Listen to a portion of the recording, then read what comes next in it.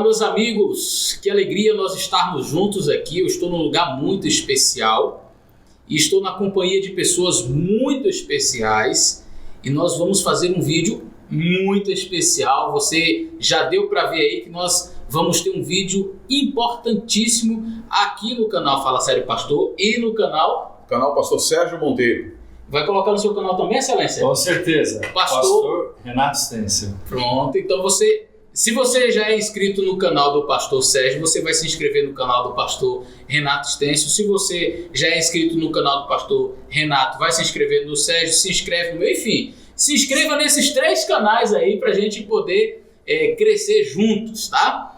Pastor Sérgio, dê as suas boas-vindas aí, Excelência. Queridos, é um prazer enorme estar aqui. A gente já percebeu que hoje é um trio de peso, né? Um trio de peso e com grande estatura também, né? Nós estamos muito felizes de poder estar aqui neste lugar especial com uma pessoa, meu professor, meu orientador também, né? Meu orientador e um grande amigo, acima de tudo, um grande amigo que tem nos atendido nas requisições que nós temos feito e nos ajudado a compreender melhor o papel de alguém que nós vamos falar hoje também. Pastor Renato Stêncio, Pastor Eleazar, antes só aqui, Pastor Renato, mas olha só, Pastor Eleazar veio de lá do Nordeste e nós não poderíamos estar num lugar mais especial para nós, como adventistas do 7º dia, como líderes da igreja adventista, de poder, neste lugar, gravarmos um vídeo sobre esta pessoa que é tão importante para nós e buscarmos alguém que possa nos dar orientações a esse respeito, como o Pastor Renato Stêncio, que não há ninguém aqui, não há ninguém aqui no Brasil que possa nos dar orientações assim tão precisas e autoritativas como alguém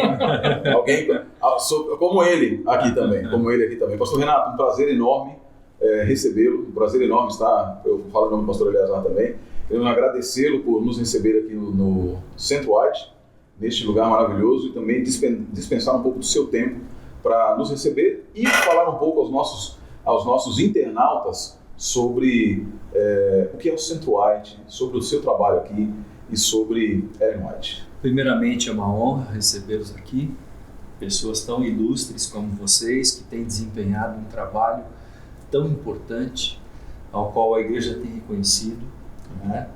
E louvado seja Deus pelo que vocês têm feito por meio da internet, das mídias sociais.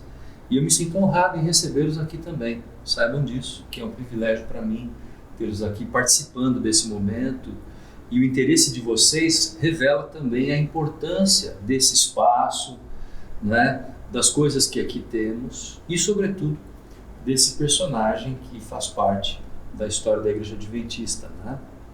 Nós estamos dentre um dos 23 centros de pesquisas Ellen White que existem no mundo. 23 já? São 23, Esse aqui é um deles.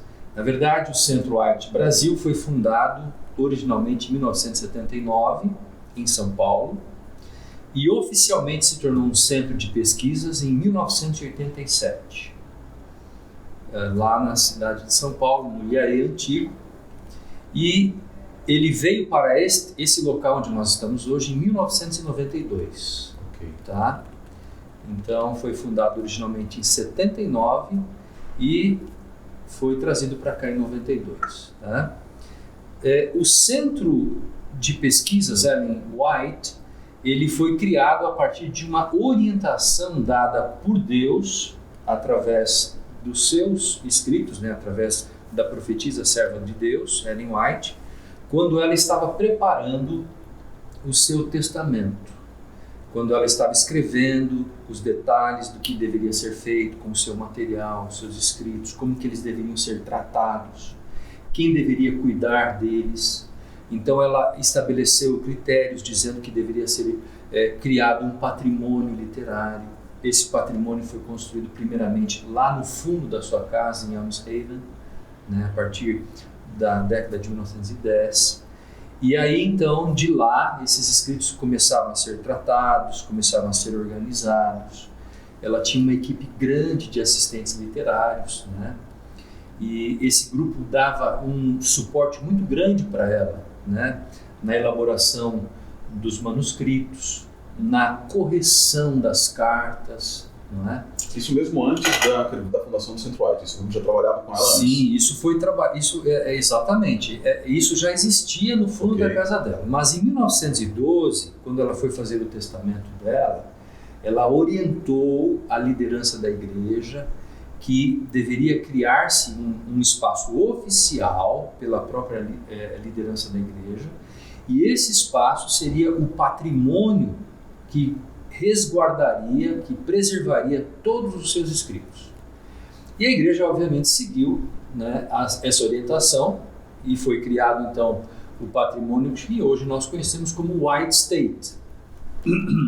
O White State é o patrimônio mundial que a igreja tem, que preserva todos os escritos que Ellen White compôs ao longo da sua caminhada. E quando o White State foi estabelecido, então foram estabelecidos várias filiais.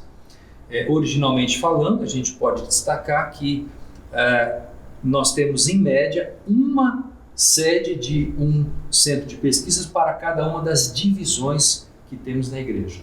Hoje nós temos 13 divisões em toda a geografia da Terra, então nós temos em cada divisão um centro de pesquisas. Notoriamente falando, algumas divisões têm mais do que um centro de pesquisas, como é o caso da nossa. Temos 4 até agora, né? Temos um na Argentina, um no Brasil, 2 no Brasil, né? E um no Peru. Aqui no Brasil nós temos em que estamos e um na Faculdade da Bahia. Ok. Né? Na FADBA. Lá eu conheço. Esse eu conheço. De primeira mão, né? Exatamente. A FAAMA ainda não... A FAAMA não... A FAAMA está trabalhando seriamente num projeto de construção de um novo centro de pesquisas. Okay. Eles estão trabalhando isso e, inclusive, a FADBA também está reconstruindo um novo espaço que vai ser realocado lá no novo prédio da Faculdade de Teologia. Então, vai ser um local bem especial também que eles estão preparando. Qual a função? Nós temos ouvido falar também, pastor, sobre há uma quantidade bastante grande de mini-Centro-Whites. Sim. Como esses mini-Centro-Whites, para que eles servem? Qual a função principal deles e qual é o processo de criação de um mini-Centro-White? Inclusive nas igrejas locais. Sim. A gente, nos distritos pastorais, nos aconselhado a termos ali materiais, livros. Esta ilustração que temos aqui ao fundo, em vários mini-Centro-Whites, ela está presente. A coleção ali completa de Ellen White, em várias igrejas que a gente passa, a gente encontra ali. Sim. Então, assim como o Centro-White é uma extensão do White State, os mini-centros são extensões dos centros de pesquisa. Okay. Nas unidades de igrejas, em escolas, colégios e também em instituições como associações, uniões. Né? Qual é o propósito de um mini-centro? O propósito de um mini-centro é promover nessas sedes, nesses locais, a leitura, primeira instância, da palavra de Deus na Bíblia, tá? E em segunda instância, dos testemunhos. Nós sempre procuramos dar esta ênfase quando nós trabalhamos os conteúdos do Espírito de Profecia. Ler primeiro a Bíblia e depois ler os testemunhos, né? Nós muitas vezes escutamos pessoas dizendo: pastor, mas a geração de hoje já não conhece mais os escritos de Ellen White. E realmente isso é uma realidade que se aplica não só no contexto desta geração, como também de outras gerações. Porque o que está acontecendo é que as pessoas que não leem e estudam a palavra de Deus, não estudam a lição da escola sabatina, não vão ler os testemunhos do Espírito de Profecia. E se esse fato acontece pela via inversa, nós estamos errados. Ou seja, se as pessoas estão lendo os testemunhos e não estão lendo a Bíblia, estão no caminho errado.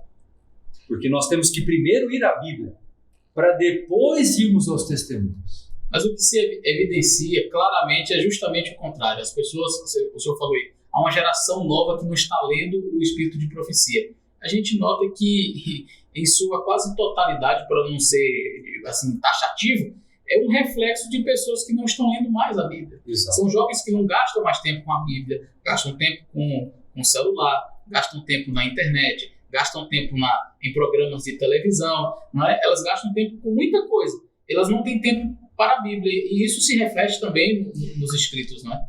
Esse ponto, pastor Eliazar, é muito importante vocês tocarem. Porque nós estamos vivendo um momento na história da humanidade e, sobretudo, na história do povo remanescente, muito delicado. Há muito ruído de comunicação entre nós. Há muita informação pelas mídias sociais, pelas mídias visuais, né? Você tem som, imagem, tudo na sua mão hoje. Então, esses ruídos, essas vozes que se multiplicam a cada dia, elas estão entrando em lares, em famílias, em corações, estão entrando em igrejas. E isso está causando uma confusão, né? Hoje, por exemplo, qualquer pessoa pode pegar o seu celular, fazer uma live e postar no seu canal, postar no seu Instagram, no seu Facebook, e aquilo roda o mundo. Sem cuidar com a qualidade da informação. Sem cuidar com a restrição, com qualquer critério. Então, isso hoje reflete uma realidade jamais percebida anteriormente em outras gerações.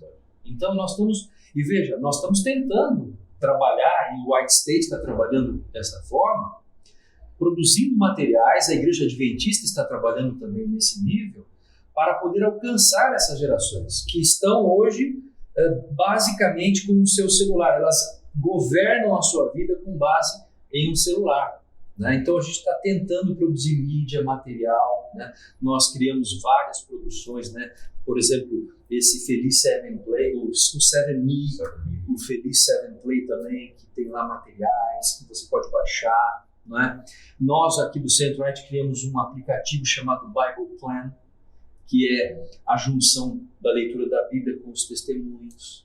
Né? Você pode ler a Bíblia no seu celular. Nós vamos procurar colocar todos esses links que ele está falando aí na descrição para que você tenha acesso a esse conteúdo, a esses materiais, já que a juventude está nestas plataformas. Amém. Então a igreja está trabalhando, você pode procurar aí no link da descrição todos esses sites, todos esses aplicativos, enfim, para que você tenha acesso.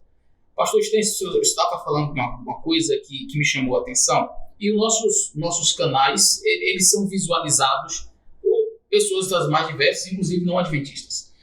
E gera, naturalmente, um questionamento, seria isso uma idolatria? A Ellen White, eu gostei muito da fala que o senhor introduziu, que o primeiro intuito de um Centro-Oeste é fazer a pessoa ir para a Bíblia. É. E depois que a pessoa estude os testemunhos e assim, qual então seria essa relevância, fugindo desse aspecto que algumas pessoas acabam tendo, né, de seria uma idolatria do meio adventista, os adventistas têm um centro só para ter os livros ali de Ellen White na igreja, mas para que isso? Qual a necessidade disso? Então, fala para a gente um pouquinho da importância de Ellen White para nós, para que esses talvez que estejam nos ouvindo, poxa, eu não sabia disso. Inclusive tem vários que nos seguem, alguns, essa semana eu recebi uma mensagem no meu canal, uma pessoa dizendo assim, olha, eu ouvia muitas críticas sobre os adventistas, inclusive sobre Ellen White, e resolvi, disse, eu não vou formar minha opinião com base no que eles estão falando, não, vou ler Ellen White. Peguei os livros lá e fui ler Ellen White. Quando eu comecei a ler, eu disse, mas isso aqui é de Deus? Então, fala um pouquinho pra gente disso, Sim, pastor. Com certeza. A melhor maneira de você conhecer um autor é lendo ele. É fazendo o que esse participante do seu canal fez. Né? E eu quero desafiar todo mundo que está nos ouvindo a conhecer os escritos de Ellen White lendo eles, evidentemente. Né? Agora, para nós entendermos Ellen White no contexto da profecia, né, no contexto da Bíblia, nós temos que nos reportar, obviamente, ao texto sagrado, ao cânon, que é a palavra de Deus. Então, quando você vai, por exemplo, a Amós 3:7, né, que é um texto bastante conhecido de todos nós, pastores, líderes de igreja, né? Então, quando vamos a Amós 3:7 e lemos ali, assim, certamente o Senhor Deus não fará coisa alguma sem primeiro revelar o seu segredo aos seus servos, os profetas. Então, Deus ele não toma nenhuma iniciativa para com o seu povo, para com os seus filhos, suas criaturas, sem antes ele comunicar essas verdades, o que ele vai fazer, e ele revela isso aos seus porta-vozes, os profetas.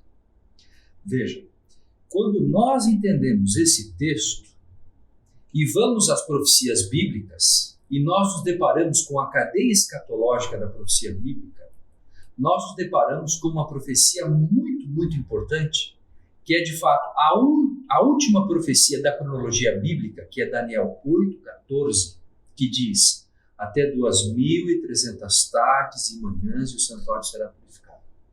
Então, quando a gente vai a essa profecia, e como muitos dos teólogos fizeram na década de 1830, 1820, 1840, para tentar entender essa profecia e chegar à conclusão sobre o que ela de fato diz, não é? Então, nesse contexto, os adventistas do sétimo dia entendem que o cumprimento desta profecia marca um novo período na história profética. Marca o cumprimento de uma profecia bíblica, que é Daniel 8:14, e marca um novo período na história profética do contexto bíblico, que é, aí vamos para o Apocalipse, que é muito importante destacar o Apocalipse, porque muitas pessoas não fazem essa conexão. Daniel 8:14, nós costumeiramente usamos a expressão dizendo como uma certidão de nascimento do povo remanescente, os que guardam os mandamentos de Deus e têm o testemunho de Jesus, né? Apocalipse 12:17, mas também nós podemos associar Daniel 8:14 com Apocalipse 3:14-22, que narra o surgimento da última igreja da profecia bíblica, que é conhecida como a igreja de Laodiceia, que também inicia o seu período de nascimento e origem em 1844, que é exatamente o cumprimento da profecia de Daniel 8:14. Então, os livros de Daniel e Apocalipse, eles se conversam, eles estão entrelaçados, profeticamente falando. Uma coisa interessante que o senhor está falando e que é muito importante você que está em casa assistindo, atentar, o livro de Daniel, no capítulo 8, no finalzinho, ele termina, o anjo, porque Daniel fica perguntando, mas e quando é que isso vai acontecer? Porque alguém pode dizer, mas isso é coisa de adventista. Quando você vai lá no finalzinho, o anjo diz, Daniel, fecha isso aí, porque isso só daqui a muitos dias se cumprirá. E em outro contexto das 70 semanas que a gente vê que foi tirado ali das 2.300 tardes, mas ele diz isso aqui no tempo do fim. E aí a gente vai perceber claramente no livro de Apocalipse que o tempo do fim é depois de 1798. Então, voltando ao texto que a gente abriu o nosso diálogo, de Amós 3:7, então assim, se você pegar os principais momentos da história do povo de Deus e também da história do povo das criaturas, dos 8 povos e outras nações, você vai ver a mão de Deus guiando cada passo da história da humanidade. Então, por exemplo, quando você pega o período pré-diluviano, né, você vê Deus chamando um profeta. Quem foi ele? Noé. Pregou 120 anos, anunciando que Deus iria destruir a terra por meio de um dilúvio. Quando você vai ao tempo do primeiro advento de Cristo, o Messias, não é? Você vê Deus chamando um profeta. Quem foi ele? João Batista. João Batista, do qual Jesus disse, nenhum dos nascidos de mulher foram iguais a João Batista. Então, quando a gente olha para esses dois exemplos, e há tantos exemplos na Bíblia, e a gente vai para 1844, quando está por se cumprir a última profecia cronológica da Bíblia e por nascer a última igreja da profecia bíblica de Apocalipse 3:14-22, Laodiceia, a pergunta que eu faço é a seguinte: será que Deus também não chamaria um porta-voz para poder comunicar verdades e mensagens para este povo remanescente, ou seja, aqueles que marcariam o último período da profecia bíblica? Nós, adventistas, entendemos que Deus chamou um porta-voz, uma mulher de 17 anos de idade, chamada Ellen Gold White, a princípio Ellen Harmon. Esta mulher era uma mulher de notáveis talentos espirituais, uma jovem que era temente a Deus, e foi chamada no seu momento mais crítico da história, quando ela estava com pneumonia, quando ela estava com tuberculose. Deus vai e chama esta jovem para ser o seu porta-voz. E comunica a ela, pastores, mais de 100.000 páginas de orientações proféticas que nós temos guardado aqui no nosso cofre. Em um período de? Num período de 70 anos de ofício profético. Então, durante esse período de 70 anos, ela recebeu da parte de Deus mais de 2.000 sonhos e visões. Ela registrou isso em papel, escrevendo mais de 100.000 páginas de manuscritos que estão guardados aqui no nosso cofre. Inclusive, você pode vir visitar aqui o Centro White. Tá? E, querido, se você não venha, porque é um passeio maravilhoso. Você se sente emocionado. Eu estudei aqui, tive a oportunidade várias vezes de vir, eu dizia para o pastor Renato, cada vez que eu entro naquele cofre, eu me sinto emocionado. Ali tem algumas páginas originais também de cartas nacionais. Temos 3 manuscritos originais que foram escritos por ela à mão, estão guardados no cofre, que são os originais escritos por ela. Benção, né? Maravilha. Então, ali nós temos preservado esse acervo, né? E notem, se nós formos considerar o lado literário desta escritora, autora, nós temos que considerar o seguinte elemento. Ela é considerada a autora do gênero feminino que mais escreveu na história da literatura humana. Não é americana, né? Não é da Europa, é humana. Humana. É uma das autoras mais traduzidas também. E ela é considerada também a autora do gênero feminino que foi mais traduzida em toda a história da literatura humana. O livro que ela... 2 Guinness Book para ela. O livro que mais traduziram dos seus escritos é O Caminho a Cristo. Em mais de 160 línguas e dialetos. Nossa! Uau! Fantástico. Tá? Qual foi a última língua que foi traduzida durante o Caminho a Cristo? Olha, nós estamos trabalhando, o White State está trabalhando agora para alcançar os dialetos. Tá? Alcançar os dialetos. Então, mais de 5.000. Os dialetos que são falados em grande quantidade, por exemplo, na África, na Ásia, na Oceania, né? Inclusive na América do Sul, você tem aqui Tupi-Guarani, você tem vários línguas que não são faladas comumente, né? São faladas por poucas pessoas. Então a igreja está trabalhando nesta direção hoje. É o evangelho, o conhecimento da palavra de Deus, os inspirados para todas as nações, né? Não existe barreira que não deva ser alcançada e transposta para que todos possam atingir ser atingidos por esse conhecimento. Pastor, deixa eu perguntar uma coisa. A Ellen White escreveu, então, quase 100.000 páginas. Ela era uma teóloga, ela escreveu tratados de teologia. O que se constitui a maioria dos seus escritos? Olha, essa é uma pergunta muito importante, porque há pessoas que querem que Ellen White escreva dentro de um contexto exegético ou teológico.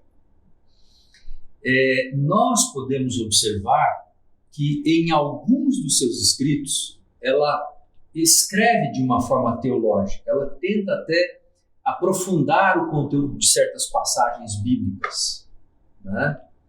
Mas isso não é comum nos seus escritos. A gente observa que, na maior parte do conteúdo dos seus escritos, ela age de uma forma mais prática, mais evangelística, mais exortativa. Ela tem essa característica literária. Tá? Então, ela dá conselhos, ela exorta, ela orienta, ela corrige, né? Ela tem uma visão evangelística, apelativa. Então, muita gente, às vezes, cobra dela aquilo que ela não exerceu. Ela não, de fato, se caracterizou como tal. Ela não se considerava uma teóloga, como também não se considerava uma educadora, como não se considerava uma musicista. Mas isso não impediu dela falar desses temas, porque ela recebeu orientações da parte de Deus.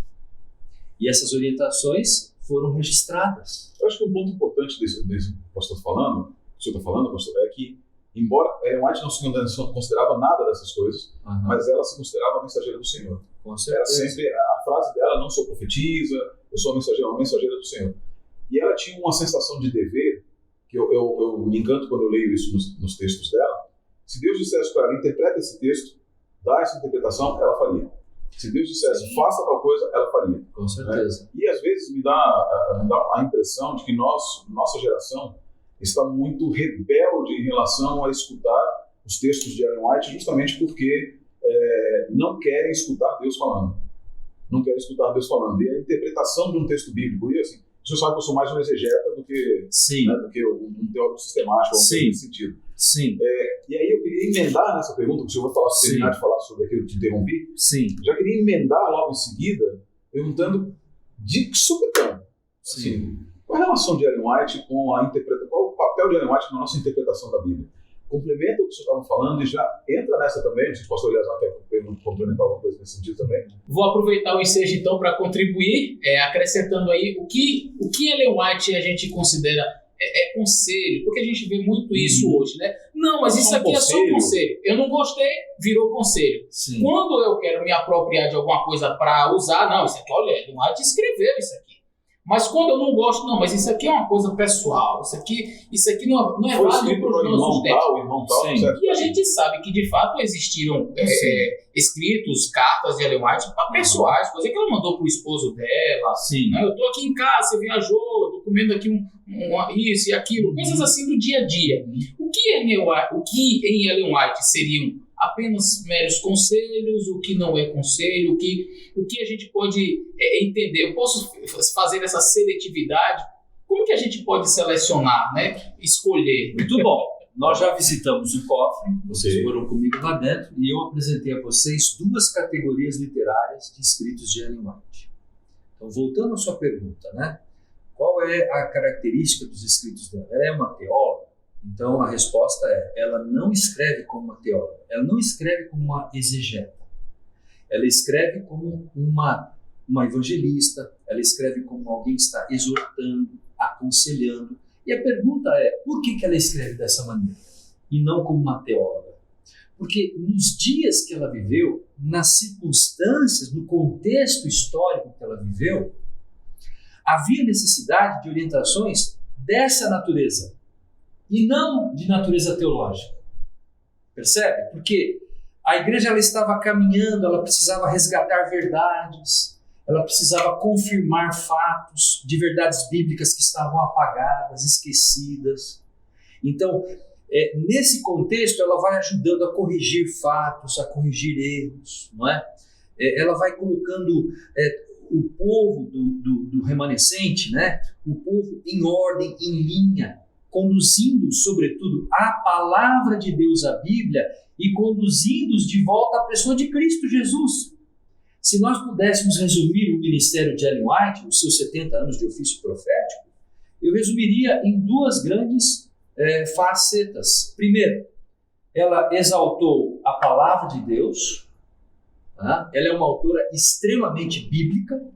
Se você for aos seus escritos, você verá ela citando os 66 livros da Bíblia, os 39 do Antigo Testamento e os 27 do Novo Testamento. Ela cita todos.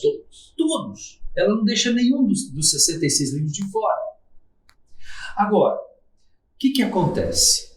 Quando Deus chama um profeta para ser o seu representante, o seu porta-voz, não há um momento em que você fala assim, não, agora eu vou me despir, eu vou deixar de ser profeta para eu escrever uma carta, ou para eu dar um conselho, ou para eu falar alguma coisa. Aí agora eu falo besteira. Quando eu estou despido, eu falo um monte de coisa errada. Agora eu vou... É só opinião. Agora que eu botei a capa de profeta... Então, assim, o profeta, ele é profeta enquanto Deus o chamou para esse ofício. E se ela foi profetisa desde os seus 17 anos até o dia da sua morte, né? Ela morreu no dia 16 de julho de 1915, e o seu último sonho foi no dia 3 de março de 1915, quando ela recebeu orientações de que a igreja deveria produzir materiais em literatura para ser como fonte de revelação para os jovens, materiais para os jovens. A última orientação foi para os jovens. Então, isso é uma coisa interessante. E ela tinha um cuidado, zelo especial para os jovens. Agora, é importante nós mostrarmos que Ellen White, eu vou pegar aqui, que eu tenho aqui embaixo, guardadinho, ó. Ellen White fala sobre os objetivos do seu ministério.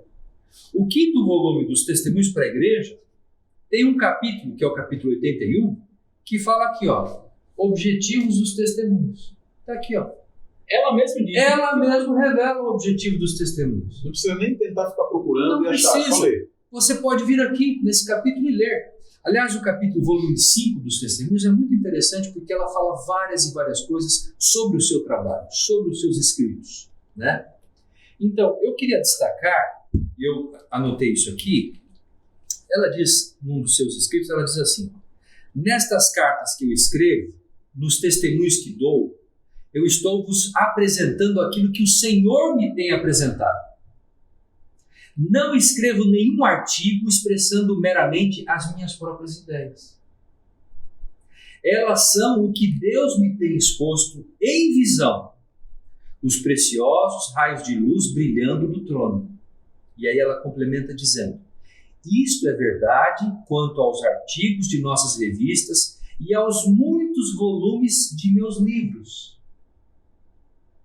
Tenho sido instruída em harmonia com a palavra de Deus, e nos preceitos de sua lei, a lei dos 10 mandamentos de Deus. Então, ela fala das cartas, ela fala dos artigos e ela fala dos livros nesse texto. Primeiro, Mensagens Escolhidas, página 29. Então você pode ler que nesse contexto as suas cartas, os seus artigos, os seus sermões, os seus livros eram um produto do quê? Da revelação divina.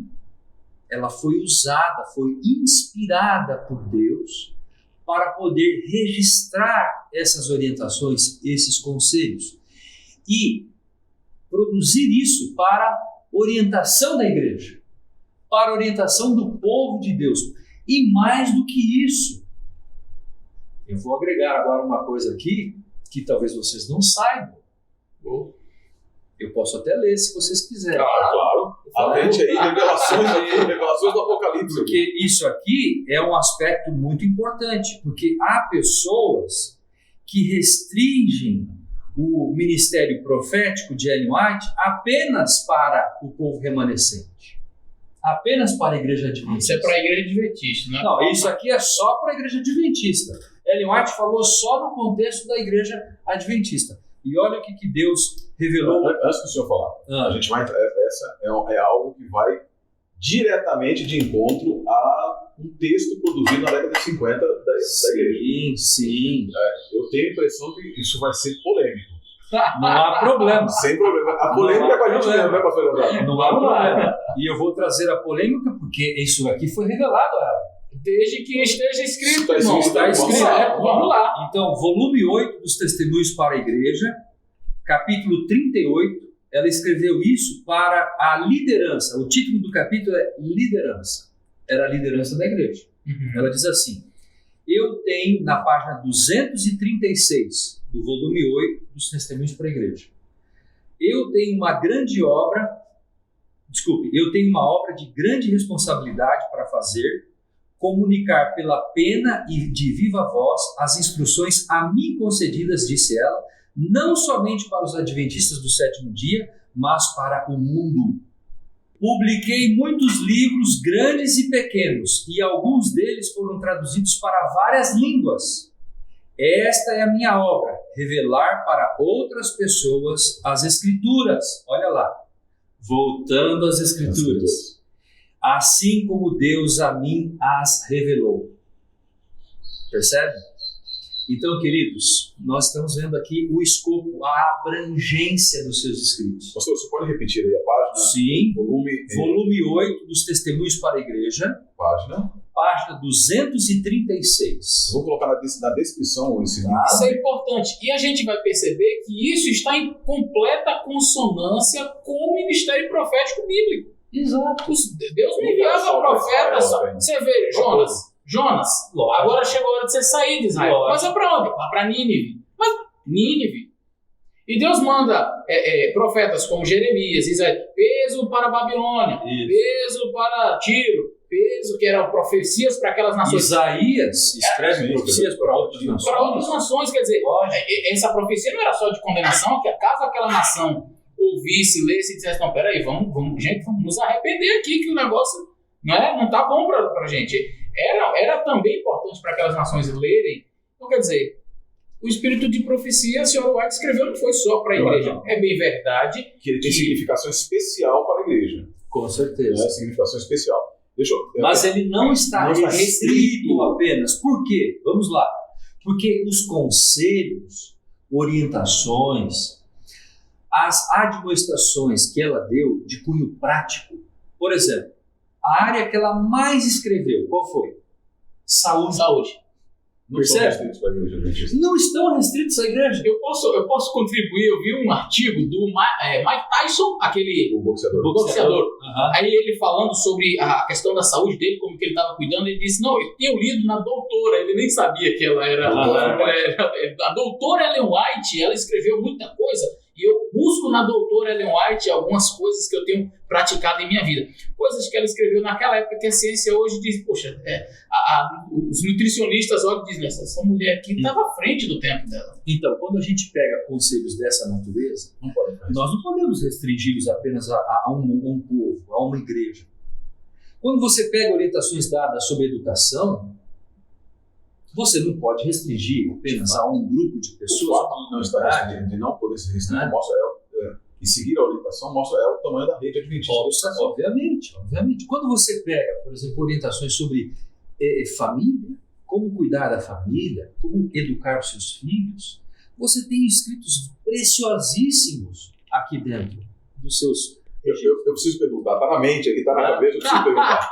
Por que então, na década de 50, década de 40, década de 50, não vou citar o nome do livro, onde todo adventista sabe, nós colocamos em um dos capítulos, na página 85 desse livro, 85 a 95, dizendo que é de aplicação para a igreja adventista. Amigos, nós temos que entender uma coisa.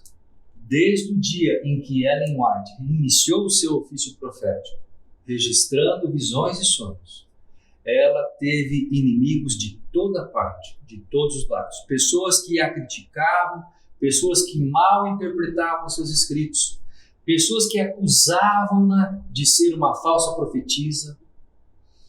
E, obviamente, que, acima de todos esses indivíduos, está alguém que está engenhosamente, como ela fala, engenhosamente trabalhando para impedir que essa luz alcance o povo de Deus, alcance as pessoas. E vocês sabem quem eu estou falando. Eu me reporto ao inimigo das almas, claro. Satanás. Ellen White diz que ele está trabalhando engenhosamente. Isso quer dizer o seguinte, com uma estratégia planejada para impedir, e eu posso até mostrar para vocês como ele trabalha aqui, de acordo com a revelação que ela dá. Engenhosamente significa, ele planeja estratégia para impedir que essa luz alcance as pessoas, não somente o povo remanescente, mas também as demais pessoas. Então o que acontece? Você vê pessoas criticando, você vê pessoas minimizando os seus escritos, você vê pessoas falando, olha, isso é só para um grupo, ou outros falando assim, pastor, isso aí só são conselhos pastorais. Percebe? Como conselhos são... Conselhos devocionais. Você encontra pessoas falando que são apenas conselhos devocionais. O que essas pessoas estão fazendo? Minimizando o seu trabalho, minimizando o escopo da sua obra. E nós não podemos aceitar isso. Porque, veja, Ellen White mesmo comenta isso. Ela fala assim, os maiores críticos, os mais ferrenhos críticos dos testemunhos são aqueles que não os leem. Aqueles que não conhecem o que está revelado ali. Então, essas pessoas é que se levantam para falar contra, para minimizar o seu ofício profético, para restringir, né, o escopo do seu trabalho. É isso. O livro Questions on Doctrine foi um livro que teve uma reação muito forte, tanto nos seus dias, como também nos dias atuais, a publicação desse material. E ele revela a compreensão que as pessoas daquele momento tinham a respeito de certas questões ligadas à nossa doutrina, às nossas crenças. Foi um período de interação com os evangélicos. Foi um período de interação com os evangélicos, quando nós estávamos tentando dialogar com os evangélicos, né? E evidentemente, se você tomar a minha fala recente, né, você vai sempre ouvir da boca dos evangélicos que a Igreja Adventista tem uma segunda Bíblia. E esta é Ellen White. Que Ellen White é uma segunda Bíblia. Percebe? Então, esta fala, ela se repete, ela se reverbera, ela vai e volta na agenda do evangelicalismo. Alguém chegou a dizer que, na verdade, a segunda Bíblia é a Bíblia, a primeira é Ellen White. Exatamente. E talvez aí para tentar desconstruir é que neste livro que foi mencionado... Nesse contexto é que os nossos teóricos daquela época escreveram isso. Percebe? Que não representa necessariamente não é uma posição exatamente atual, oficial da igreja. Né? Nós queremos dialogar com todas as denominações, com todas as igrejas. E, obviamente, o nosso ponto de ligação, o nosso ponto de diálogo é a palavra de Deus, não é Ellen White. Eu acho que é importante, pastor, que nós queremos dialogar com todos, mas que não peçam que nós neguemos os nossos princípios. Obviamente, e que também não nos acusem de algo que nós não estamos praticando. Nós não tratamos Ellen White como uma segunda Bíblia. Ela não tratou os seus escritos como uma segunda Bíblia. Jamais.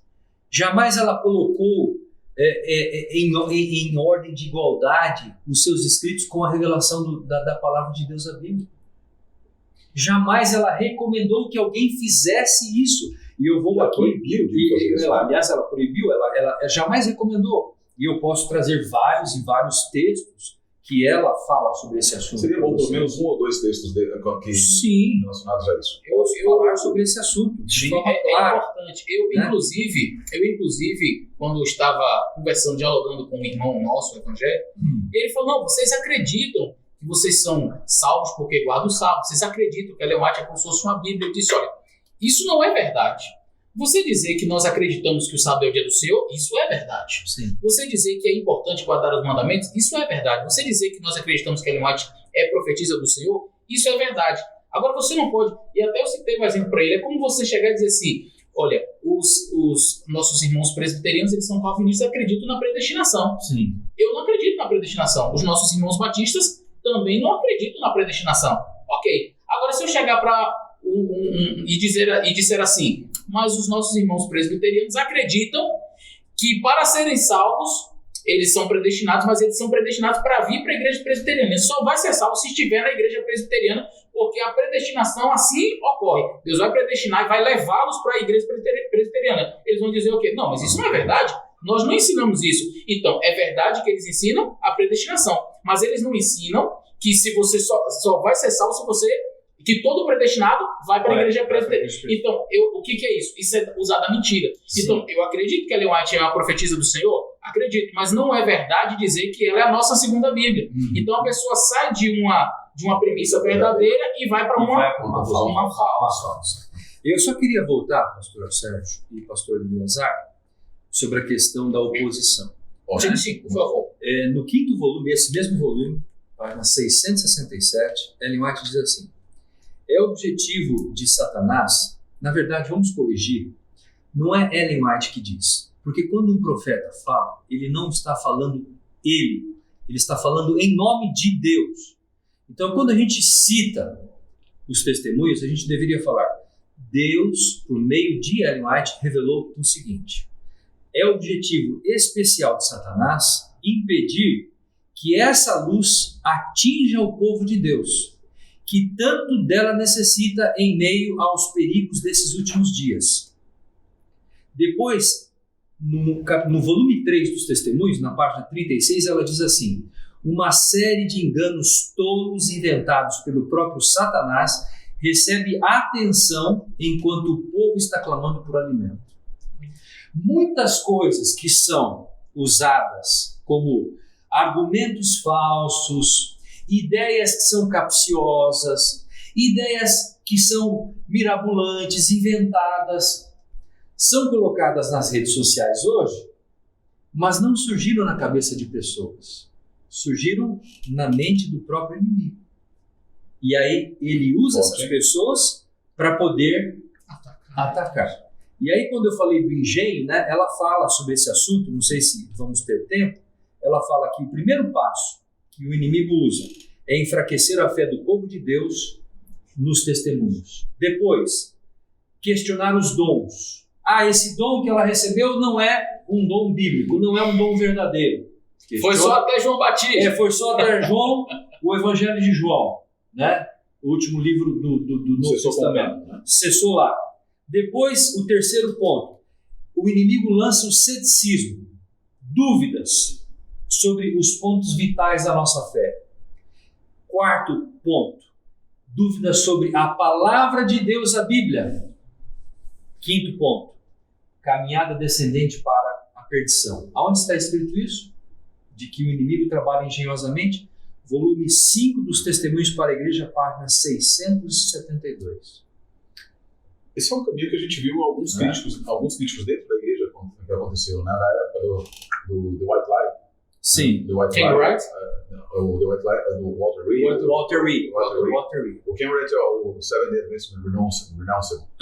Mas os dois partidos aconteceu a mesma coisa praticamente. Sim. Né? Walter Reed, ele perdeu a fé dos testemunhos, criticou, levantou-se contra, depois ele começou a criticar a Bíblia e abandonou completamente qualquer modelo de fé.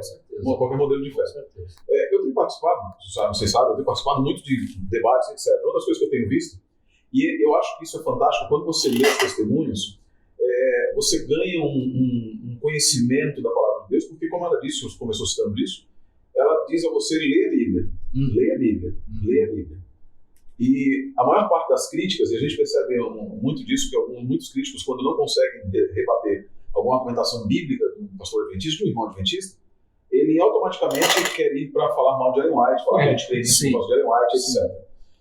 E aí Ellen White diz para a gente assim, vá à Bíblia. Eu vou retomar aquela pergunta que eu tinha feito aqui para a gente retomar o fim da meada também, relacionado ao seguinte.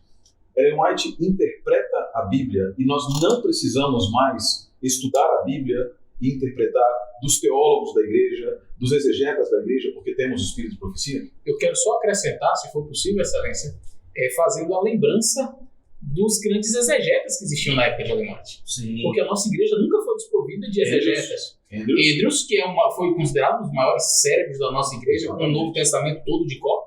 Foi ele quem disse, tome a Bíblia de mim e eu reescrevo o Novo Testamento de cor. Sim. E aí a gente teve Ray Smith também, que ele dominava idiomas, né? Então era uma turma que conseguia fazer exegese profunda e nunca conflitou com a Ellen White, no sentido, não, ela falou aqui, mas vamos ver aqui. A gente vê em 1888, a gente vê a capacidade de discussão em 1888 relacionada ao etc. As discussões teológicas da igreja eram discussões de alto gabarito. E eu acho que hoje nós estamos perdendo um pouco, talvez como adventistas e os exegetas, muitas vezes, nós estamos rebeldes com relação a Ellen White. Eu falo isso com todo amor por todos os nossos colegas que fazem exegese, etc. Mas algumas vezes, eu já ouvi muitos dizendo assim, não, eu uso Ellen White como um controlador. Eu tenho o Espírito de Profecia, comentei isso contigo há alguns dias também, mandando uma mensagem, eu não a trago em todos os passos da exegese, mas eu tenho ciente o que ela escreveu e trago de volta quando eu quero saber se aquilo que a minha exegese está de acordo com a vontade de Deus para aplicação para a igreja. Porque a exegese não pode ficar só restrita aqui a uma mesa do teólogo, mas a aplicação. Será que nós estamos ficando rebeldes? Ellen White efetivamente é um intérprete inspirado nas Escrituras, como intérprete ela é infalível. Como é que é essa relação dela conosco, com exegetas hoje? Então, quando a gente vai aos escritos de Ellen White, ela não considera o seu dom acima do dom de um profeta bíblico. Mas ela também não se considera inferior ao profeta bíblico. Isso é importante destacar. Percebe? Porque, como nós conversávamos agora há pouco, né? Se a gente pega, por exemplo, o caso de um profeta não canônico, vamos pegar aqui o exemplo de Noé. Noé pregou 120 anos, como nós já falamos agora, né? Ele não escreveu nada na Bíblia. Ele não é um profeta canônico. Falaram dele. Ele aparece lá na galeria dos pioneiros, lá de Deus, os heróis da fé.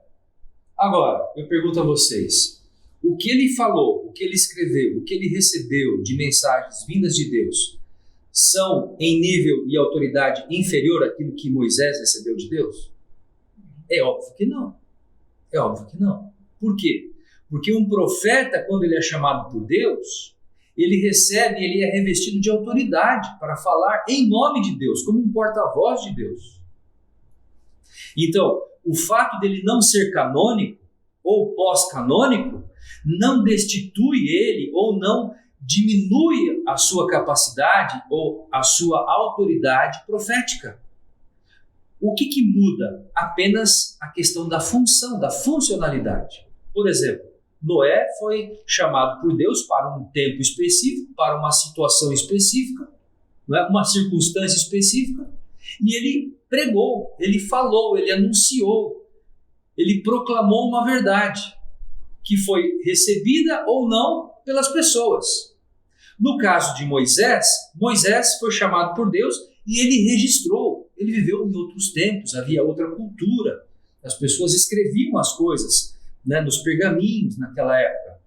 Você pega Davi, a mesma coisa, você pega Salomão, os profetas menores, você pega os evangelistas, você pega Paulo, todos esses tinham uma cultura diferente, viveram em um tempo diferente, e eles registraram mensagens que eles receberam de Deus.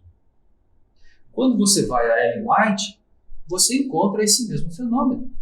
Ela foi chamada por Deus em um período específico, quando se cumpre uma profecia da cronologia bíblica, num tempo profético, e ela escreve e registra mensagens vindas da parte de Deus para um contexto específico, para um momento específico, para um povo específico, para uma circunstância específica. E ela dá conselhos em diversas áreas, maiormente falando, dentro de um contexto prático, não é? Evangelístico, dentro de um contexto exortativo, como nós já abordamos aqui. Agora, ela jamais se compara à Bíblia e ela jamais se coloca como uma exegeta da palavra de Deus.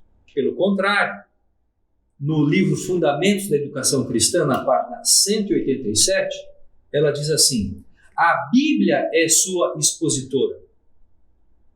Uma passagem será a chave que descerrará outras passagens, e deste modo haverá luz sobre o significado oculto da palavra de Deus, comparando diversos textos que tratam do mesmo assunto e examinando sua relação em todo sentido, tornar-se-á evidente o verdadeiro significado das Escrituras.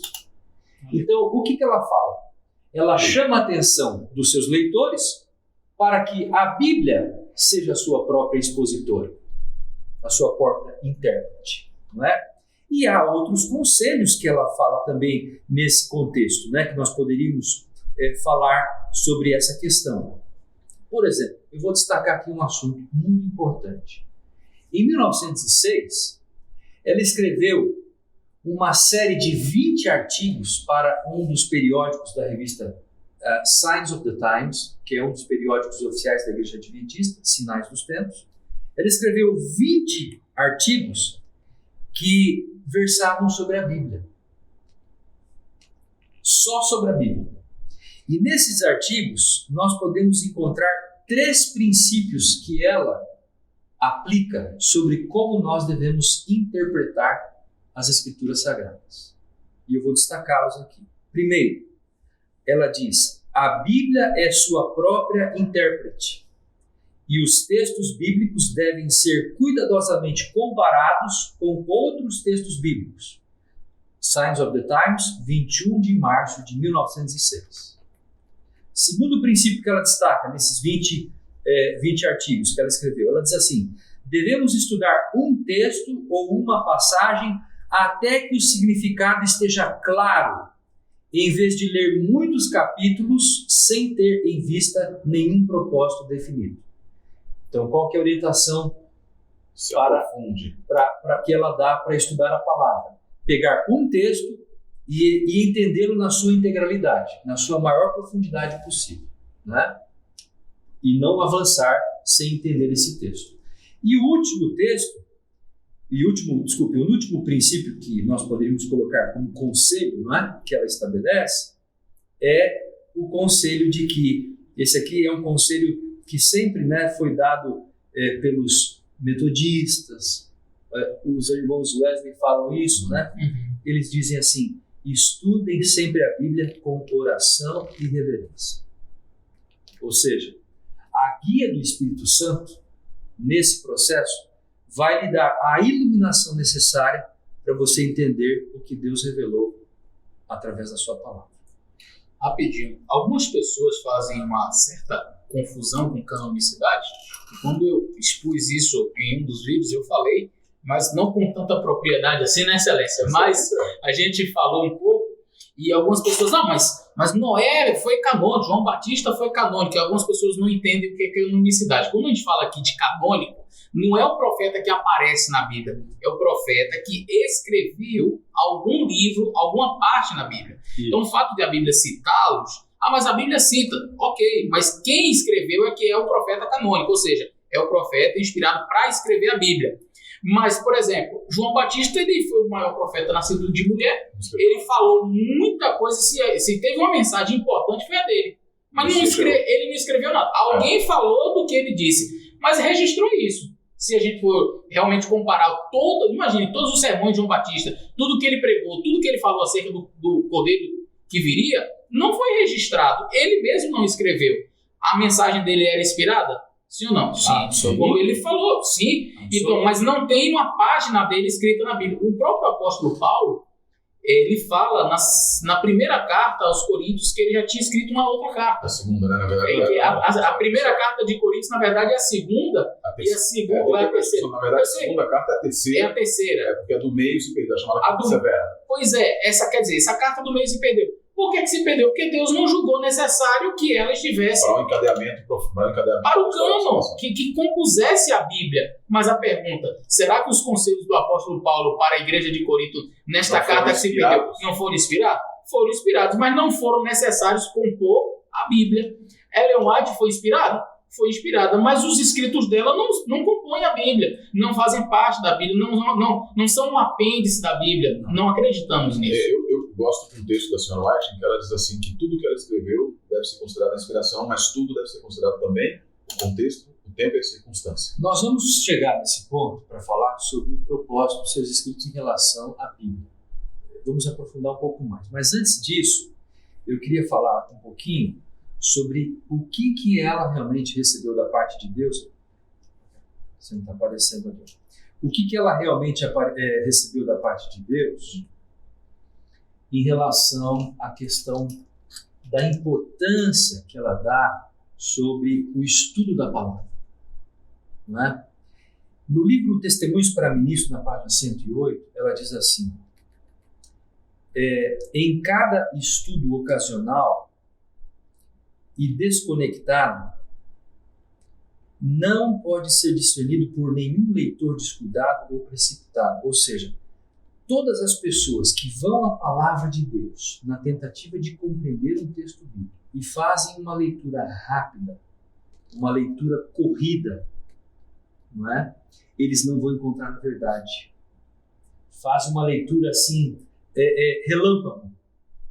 Não vão encontrar a verdade. Então, estudos ocasionais, estudos que estão desconectados, você pode chegar a conclusões precipitadas, ela diz. Aí ela fala assim: grande parte dos seus tesouros, os tesouros da Bíblia, se encontram muito abaixo da superfície e só podem ser obtidos mediante investigação diligente e esforço contínuo. Olha o que ela fala. E eu queria pegar esse texto, esse texto é fantástico, é maravilhoso, porque talvez um alerta aqui aos nossos irmãos, aos internautas, de que assim, olha o que a senhora White fala, ela disse que você deve investigar a Bíblia. Sim. Muitos, e aí eu queria uma palavra, o que o senhor pensa a esse respeito? A gente tinha conversado sobre isso também, que é assim, algumas pessoas elas pegam o texto bíblico e a única coisa que elas leem a respeito do texto bíblico são os textos da senhora White. Então elas não vão para o texto bíblico, investigam o texto, não fazem uma análise, não estou falando de hebraico, de grego, não, estou falando de analisar o texto bíblico, entender o significado do texto bíblico. O texto dele imediato. Não, ela pega o texto bíblico e diz, o significado disso aqui vai ser o que a senhora escreveu. e aí lê o texto e sai por aí apregoando algumas vezes coisas que nem era aquilo que a Ellen White entendia do texto, mas tiram do contexto e trazem como sendo uma interpretação inspirada do texto bíblico. Que a gente vai ver muitos textos de Ellen White onde ela vai formar um parágrafo e no meio do parágrafo ela cita uma parte de um texto que compõe a frase que ela está fazendo. O pensamento dela. Ela não está fazendo a exegese daquele texto, não é? Devemos pregar e tal, porque Deus amou o mundo e tal. Aí a pessoa já, não, a interpretação exegética desse texto, quer dizer, você tira completamente do Nicodemos. Sim. Então, que o senhor falasse, pastor, aproveitando aqui, desculpa ter te cortado, talvez eu fosse falar sobre isso em seguida, mas assim, levando em consideração esse texto, é perigoso para uma pessoa fazer esse tipo de comportamento, ler o texto bíblico e ao invés de investigá-lo, saltar diretamente. Eu vou dizer não só para o texto da Ellen White, porque para nós é extremamente importante, mas algumas pessoas usarem, está na escola sabatina, está na escola sabatina como se fosse... Ou no comentários, até comentário. E saindo do texto bíblico e o exegeta algumas vezes, não, que está no comentário, não, está naquele comentário, está no comentário bíblico, é verdade absoluta. A Bíblia deve ser investigada por si. Essencial essa questão, pastor Sérgio. Importantíssima. Por quê? Porque a recomendação que nós acabamos de analisar aqui, através do que ela mesma escreveu, ela fala que a Bíblia é a sua própria intérprete, sua própria expositora. Então, todo cristão deve começar a compreender a Bíblia pela própria Bíblia. Então, essa deve ser uma tarefa que nós, cristãos, devemos colocar em nossa vida espiritual. Tentar comparar os textos, não é? Isaías 28:10, comparando um texto aqui, um pouco ali. Esse princípio, ela observa e ela recomenda aos seus leitores a fazerem a mesma coisa. Então, agora, é óbvio que há entre nós cristãos que não têm maturidade para fazer exegese. Claro. Há entre nós pessoas que não sabem como fazer um estudo bíblico, fazerem se aprofundarem, não é? Então precisam aprender. Então, para essas pessoas, o que acontece? Eles começam a ler um texto, né, nem entendem. Aí o que eles fazem? Bom, eu vou procurar um comentário. Aí vão ao comentário, pega o que um comentarista escreveu. E aí ele começa a iniciar o processo de entendimento. Né? Agora, para os indivíduos que têm uma compreensão maior, né, das chaves de interpretação, das chaves exegéticas, é óbvio que quem conhece o hebraico, o aramaico e o grego tem muito mais chance de ter uma compreensão clara das escrituras por meio dela própria. No entanto, para esses indivíduos que às vezes pegam os comentaristas, né, essas talvez são as únicas ferramentas que eles têm. Né? E nós não podemos recriminá-los. O que nós podemos fazer é o quê? Ajudá-los, trazer, não é, ao conhecimento da palavra, trazê-los de volta à realidade do texto bíblico. Né? E, evidentemente, pastor Sérgio, aqui a gente tem que fazer esse complemento, e é muito importante, porque se você usar os textos dos profetas bíblicos, você vai ver o quê? Que eles se harmonizam, eles se complementam, não é? Eles se harmonizam. Nenhum está em contradição com o outro. Se você pegar os conteúdos do Espírito de Profecia, de Ellen White, os testemunhos, você vai encontrar o mesmo fenômeno. Eles não estão em contrariedade com a Bíblia. Porque se assim for, então nós temos que questionar isso por meio da palavra de Deus. Nós encontramos um texto muito importante na carta escrita por Tiago, né, na epístola de Tiago, no capítulo 3, e o versículo 11, que diz assim, o 11 e o 12, diz assim: acaso pode a fonte jorrar do mesmo lugar o que é doce e o que é amargoso? Acaso, meus irmãos, pode a figueira produzir azeitonas ou a videira figos? Tampouco fonte de água salgada pode dar água doce. De uma mesma fonte não jorram água doce e água salgada, de acordo com o texto bíblico. Exato. Então, se nós tomamos por base a Deus como sendo a fonte da revelação da sua palavra e do dom profético, não pode haver contradição. Não pode haver duas Contradições, duas revelações que se conflitam, que vão em rota de colisão, que trabalham em rota de colisão. Eu estava uma vez conversando com uma pessoa que ele deixou de crer na divindade conforme nós cremos, Pai, o Filho e o Espírito Santo. Deixou de crer na Trindade. E aí eu comecei a apresentar alguns textos. Não, veja esse texto. Aí eu trabalhei Bíblia com ele. Bíblia. E me aprofundei no hebraico, no grego. Mostrei. Aí ele não aceitou. Você crê também, Ellen White? Creio. Eu peguei e mostrei vários textos dela. Qual foi a finalização? Mas se Ellen White fala alguma coisa que estiver contrária à Bíblia, então nós devemos ficar com a Bíblia e não com Ellen White. Eu disse, mas eu já te mostrei da Bíblia. Só que você não aceitou, agora eu estou te mostrando Ellen White. Então, aí ele veio citar Ellen White para mim. Não, mas veja que Ellen White aqui. Eu disse, não.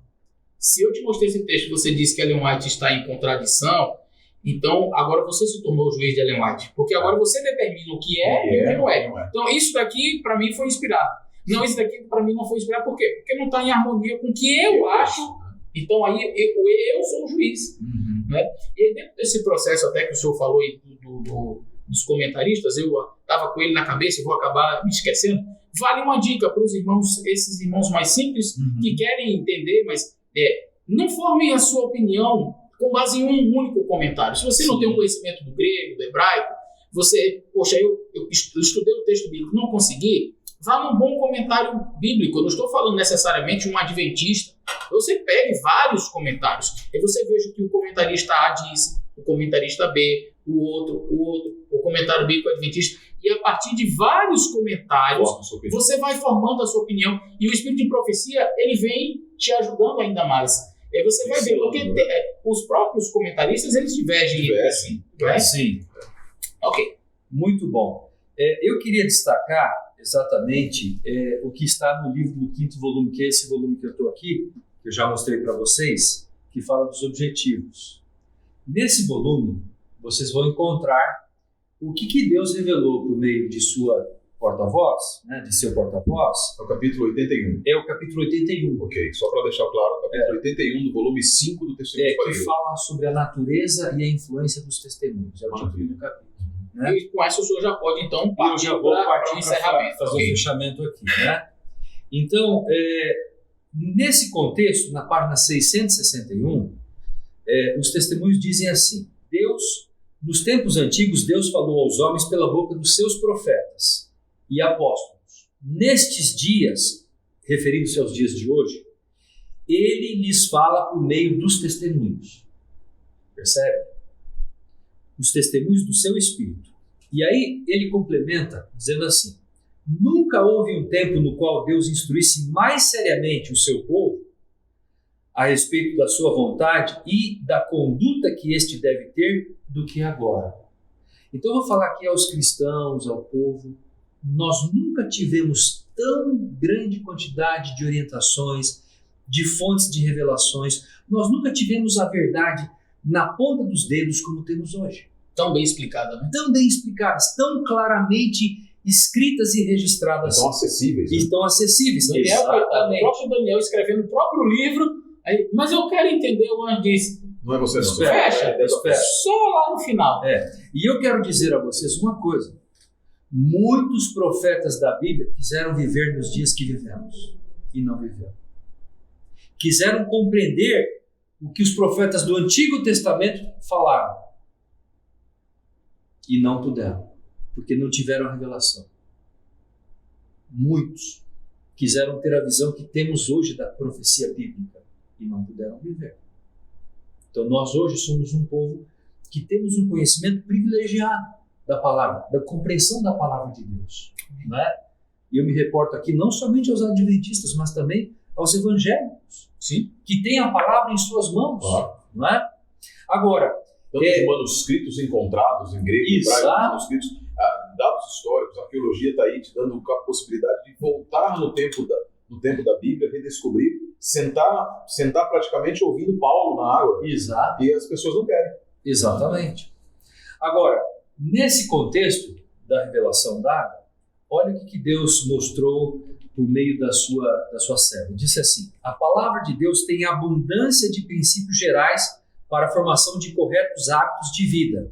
E os testemunhos os testemunhos do Espírito de Profecia, gerais e pessoais, têm sido planejados para chamar a sua atenção de modo mais especial para esses princípios. Que princípios? Os princípios da Palavra de Deus. Percebe? Então aqui a gente pode ter entendimento. Agora, olha o que vocês vão encontrar nessa revelação. Mas não há muitos entre vocês que sabem realmente o que está contido nos testemunhos. Que vocês não estão familiarizados com as Escrituras. Se tivessem feito da Bíblia o objeto de seus estudos, com o propósito de atingir o padrão bíblico e a perfeição cristã, não necessitariam dos testemunhos. Pastor, esse texto parece muito forte, mas parece dizer então que o conteúdo dos testemunhos é um retorno para a Bíblia.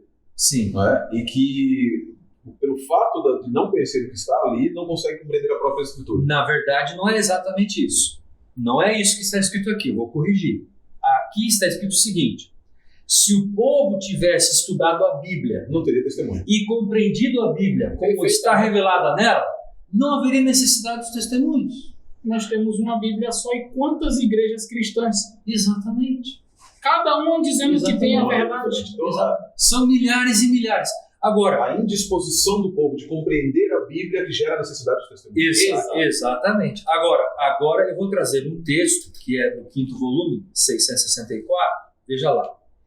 E porque negligenciaram se familiarizar com o livro inspirado de Deus, a palavra de Deus, a Bíblia, ele procurou alcançar vocês por meio de testemunhos simples e diretos, práticos, chamando sua atenção para as palavras da inspiração, a Bíblia, que negligenciaram obedecer e insistindo com vocês para modelarem a vida de acordo com os seus ensinamentos da palavra de Deus, a Bíblia.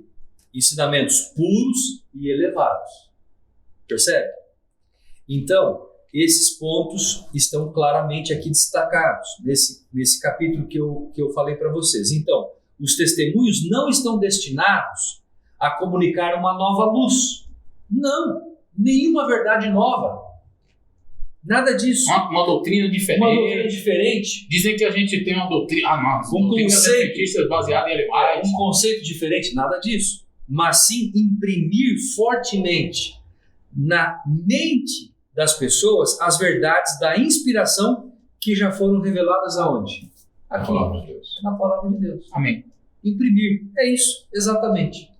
Entende? E aí tem um último texto que eu quero falar para vocês, que diz assim: não se trata de escavar verdades adicionais, mas, pelos testemunhos de Deus, tem facilitado a compreensão de importantes verdades já reveladas.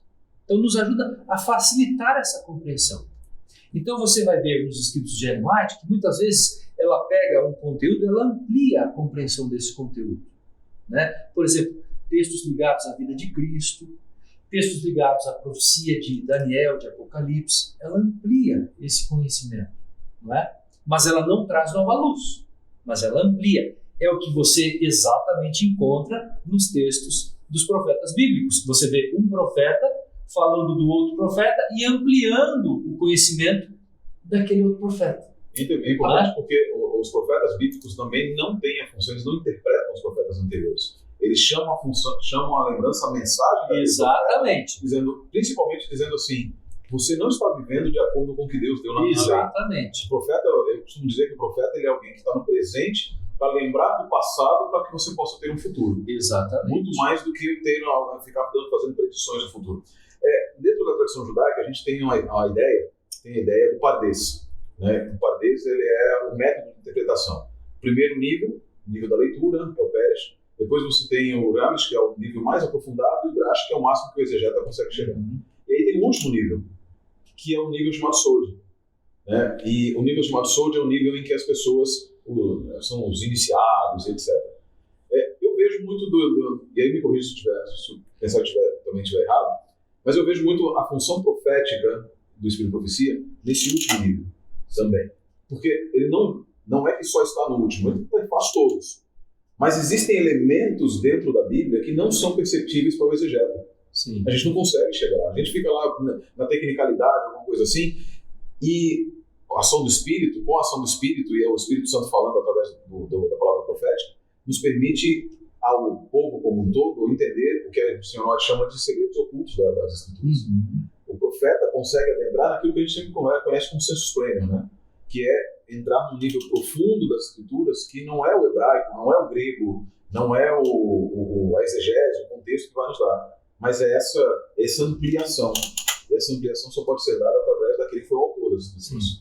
E aí, nesse sentido, eu penso que a função profética, embora seja diferente da função exegética, ela é muito mais importante. Sim. Extremamente mais importante.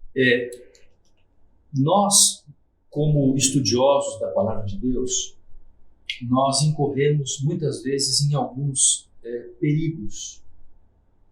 Por exemplo, o exegeta, ele cava tão fundo, ele é tão técnico no estudo, que ele perde a beleza da própria mensagem. E ele não consegue trazer isso dentro de um contexto vivencial, da praticidade. Percebe? Verdade. Sim. Então, eu tenho falado para os meus alunos de teologia, se a nossa exegese, se a nossa teologia não estiver a serviço da missão, com o propósito de salvar vidas, pessoas, ela não tem valor algum. Eu me recordo se o senhor falou isso, não? Não tem valor algum. Eu lembrei do pastor Elias Brasil. Nas aulas, ele era nosso professor de hebraico. Sim. E ele dizia assim, grego e hebraico é igual, vou usar uma outra linguagem, mas é igual peça íntima. Você usa, mas ninguém precisa ver que você está usando. Então, é verdade. Eu só me lembro de uma coisa que eu vou lembrar, acho que eu contei uma vez. No momento que eu tive que expulsar um demônio, eu não lembrei de grego, não lembrei de hebraico, não lembrei de nada disso. É isso. Nada. Então, às vezes, a gente torna o periférico é essencial. O periférico é essencial, e às vezes a gente torna o conhecimento da palavra algo tão insípido, tão técnico, que a gente perde a beleza da compreensão daquilo que Deus quer revelar, fazer chegar ao nosso coração, ao nosso entendimento, tornar isso uma coisa prática na nossa vida pessoal, familiar, como cidadão. Fazer uma boa exegese para aplicar. Para aplicar e trazer isso para uma realidade da nossa vida. Sim. Percebe? Então, é para isso que nós temos que estudar a palavra de Deus. E se formos aos conteúdos dos testemunhos, você vai encontrar isso do primeiro ao último, do último manuscrito. Percebe? Sempre há uma aplicação, sempre há uma orientação, sempre há um conselho. Agora, eu queria encerrar com isso. O ser humano não tem uma inclinação natural para ouvir a voz de Deus. O ser humano não tem uma inclinação natural para ouvir a voz profética. E isso está registrado nas palavras da Bíblia. E está também registrado na história da igreja, no tempo de Paulo, no tempo dos reformadores. Olha como que os profetas morreram. Verdade. A tradição diz que Isaías foi cerrado ao meio, né? João Batista foi decapitado, Paulo foi decapitado, Pedro morreu crucificado de cabeça para baixo. João não morreu, mas foi jogado num tacho. Foi jogado num tacho de óleo. E todos os profetas foram perseguidos, foram mortos. Leia lá Hebreus capítulo 11, você vai ver o desfecho desses homens. Né? Então, nós podemos observar que os profetas, a voz profética, ela não tem uma aceitação entre o povo, a opinião popular.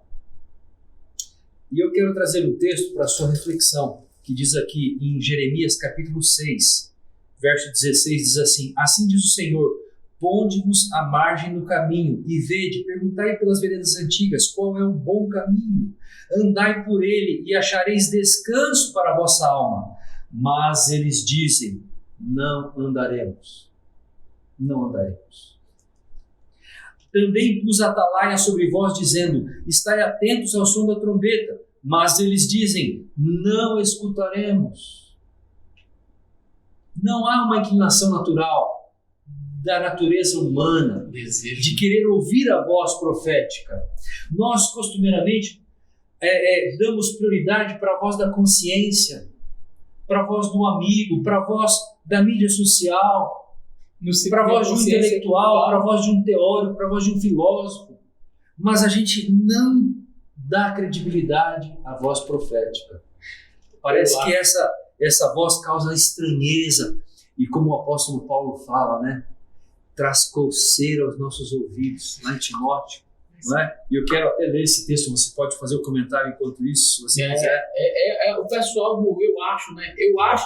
Aí chega, mas meu filho, mas a Bíblia diz, mas eu não sinto minha consciência pesada. Ele baseia-se na já não tem mais consciência também, já não tem mais consciência. Mas hoje nós estamos vivendo, sabe o que? Eu vejo isso, e eu fico entristecido porque eu vejo não apenas fora da igreja, mas algo que está entrando na igreja, e alguns líderes que preferem ouvir Gramsci, Marx e outros teóricos a ouvir a palavra de Deus. Usam sem filtro nenhum esses outros teóricos. Mas quando é Ellen White, você tem que botar no filtro do evangelho para ver se passa alguma coisa. Exato, exatamente. Então eu queria encerrar, pastor Sérgio, pastor Eleazar, agradecendo a presença de vocês aqui, né? Mas antes disso, concluindo esse pensamento que eu estabeleci, que eu coloquei para vocês, de que o ser humano não tem uma inclinação natural para ouvir a palavra de Deus, eu li um texto de Jeremias no Antigo Testamento, e o apóstolo Paulo vai confirmar essa realidade no Novo Testamento, na sua segunda carta a Timóteo, que ele escreveu, dizendo assim, pois haverá tempo em que não suportarão a sã doutrina. Pelo contrário, cercar-se-ão de mestres segundo as suas próprias cobiças, como que sentindo coceira nos ouvidos, e se recusarão a dar ouvidos à verdade,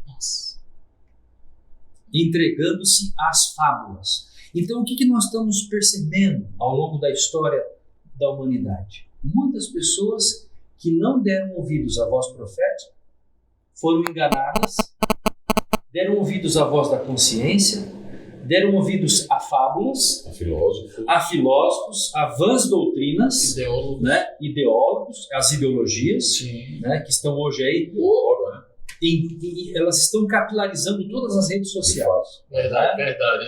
Isso é uma realidade. E eles vão preferir dar ouvidos a essas vozes, se recusando a dar ouvidos ao quê? À verdade. A voz profética. A voz profética. Então, queridos, nós estamos vivendo esses tempos. E nós temos que ser criteriosos, nós temos que ser sinceros em reconhecer isso. Agora, nós temos uma verdade da palavra de Deus, né, que é poderosa. E essa verdade, eu encerro aqui esse texto, que é um texto, talvez o meu texto predileto da Bíblia, que é Romanos, capítulo 1 e o verso 16. E nós aqui, como pastores, temos que pregar essa verdade. Sim. Diz a palavra de Deus, pois eu não me envergonho do Evangelho, porque é o poder de Deus para a salvação de todo aquele que crê. Crê em quem? No Evangelho. E qual é a essência do Evangelho? Jesus Cristo.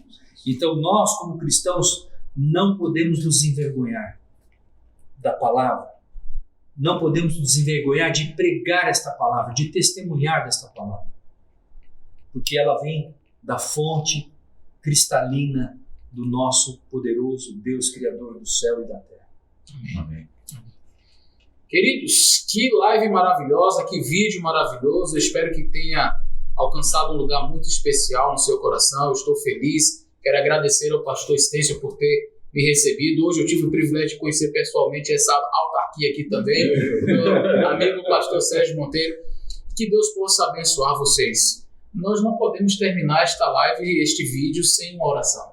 Pastor Estêncio, nos conduza então neste momento em oração. Vamos orar. Senhor Deus, muito obrigado pela revelação da Tua palavra, que tem orientado a Tua igreja, o Teu povo, os Teus filhos, ao longo dos séculos e das eras.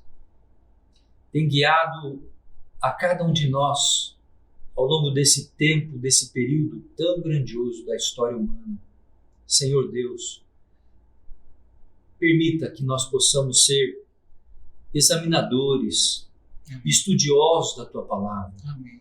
que nós venhamos a tratá-la com amor, com respeito, com carinho e, sobretudo, que nós possamos dar ouvidos à tua voz, à voz profética. Obrigado por esses momentos que passamos juntos. Despeça-nos agora com a tua bênção e com a tua paz, pois assim oramos em nome de Jesus. Amém. Amém, Senhor. Amém. Um grande abraço a todos. Que Deus abençoe. Um grande abraço.